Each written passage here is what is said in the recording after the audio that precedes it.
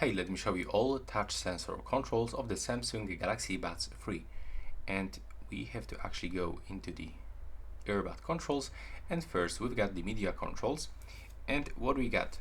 We've got the pinch to play and the pause, double pinch for the next track, triple pinch for the previous track, and swipe up and down to control volume.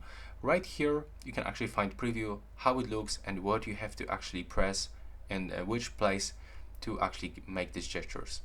Right here we've got pinch and hold controls when you are not listening to some music, and you can actually switch between the noise controls, so you can turn it on and off, or for example activate the Bixby, so we can change it for the left or the right earbud. On the other devices, like for example the Pixel or Redmi, you will be able to find the native voice assistant, so you will be able to actually wake the Gemini or Google Assistant. We've got also the calls controls, so we can answer a call or end call with single pinch, and we can decline call with pinch and hold.